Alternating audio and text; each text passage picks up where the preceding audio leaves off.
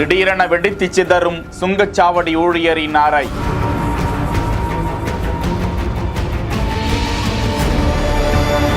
நடந்த கோர விபத்து குறித்த சிசிடிவி காட்சி.